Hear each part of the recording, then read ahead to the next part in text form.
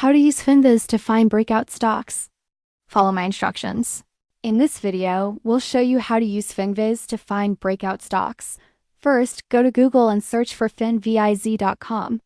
Once the website opens, click on the Screener tab from the top menu.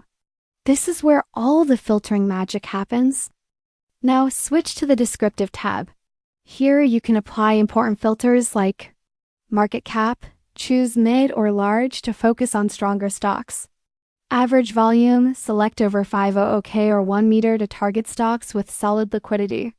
Price, you can filter by price range to suit your budget.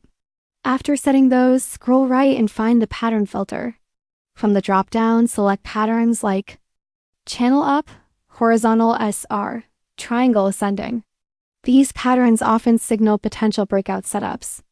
Now go to the Technical tab to analyze further. Here you'll see key indicators like SMA20, SMA50, SMA200, RSI, price change and gap.